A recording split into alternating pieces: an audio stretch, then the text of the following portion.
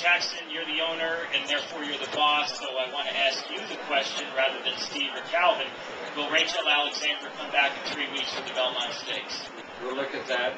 I love to race in New York. The Belmont's always a consideration for a champion. It'll depend on her. The horse always tells you whether they're ready. Steve can give you more details about that. I've got to talk to Calvin and Steve, of course. That's a decision my partner, Al McCormick, should make with me as well. So we'll wait for 3 or 4 days, see how she comes out of the race. Then we'll give her the same scrutiny we did with the bets and, of course, working her out and get the opinion of everybody that's involved. Would we love to run? Yes. Could she win? We think so. We've already shown she can run with colts.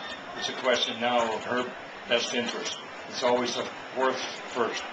As you knew when we were running Curlin for 2 years as horse of the champion of the world, in fact, for 2 years, we always looked at the horse and made the determination based upon what the horse told us. And the horse speaks through its body, its attitude, and its listening code.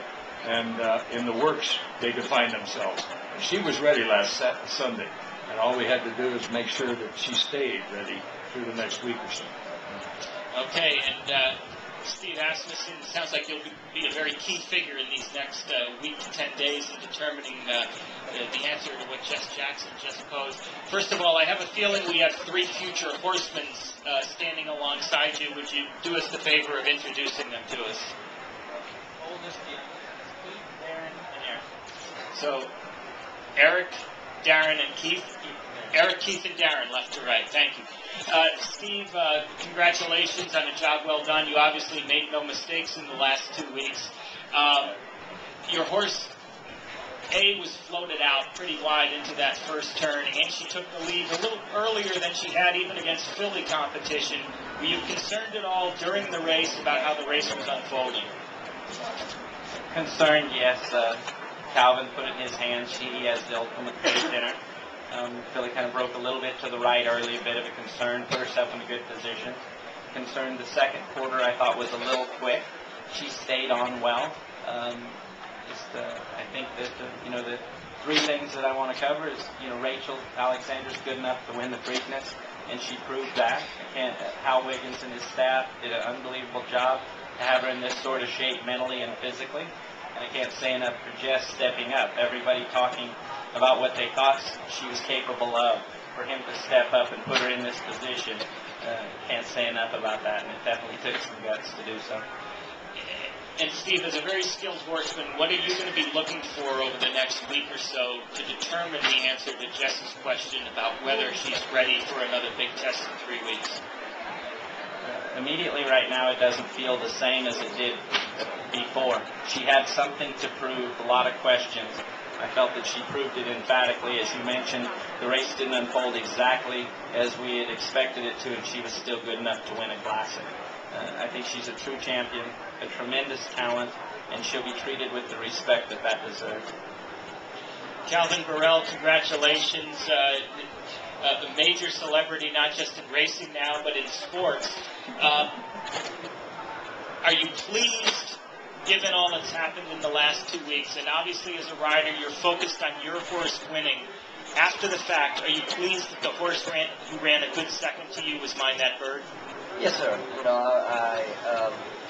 Like I told everybody up front, she's the best horse in the country right now, bar none. And I can't go back on my word, and I won't go back on my word. I love the colt. The colt run a super race with me in the Derby. My filly, she kind of struggled the last quarter of a mile. When she went to reaching, like I know she can, the ground was breaking out under her a little bit. Like when she left the gate, she kind of took a little bad step, and then, because, usually I just let the reins dangle on it, and, she just cruises, And I had to reach and pick up about the quarter pole just to support her a little bit, but I think we could have went another round and it never went by.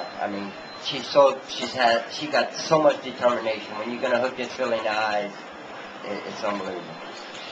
Like I was saying, we stood in the gate for a while. The horse flipped. They backed out the one horse, and we've been in there for a good 60 seconds. Maybe maybe a little bit longer than that. And, she kind of got, this. She's just a natural. I mean, she doesn't move, she doesn't do nothing. But she kind of got disfocused, a little bit because we were in there so long, and she kind of stumbled leaving there to, to her right. But she got back on her feet quick, and so I had to let her go on and go because I was going to get hung, a little wide, and I didn't want that to happen. I didn't want to be in the middle of the racetrack in case somebody drove up on the inside of me. And I was satisfied with the first quarter. Then when we headed down the backside, we kind of picked it up. And like I say, usually I never would put the bit in her mouth, but I had to put it in her mouth today to keep it together because she was kind of struggling. And, and I think it took a lot out of her, the struggling. But believe what I'm telling you, when a horse is going to come up to this filly, she is just unbelievable. I have never been on a horse and feel so comfortable and ride a horse with so much confidence in my entire life.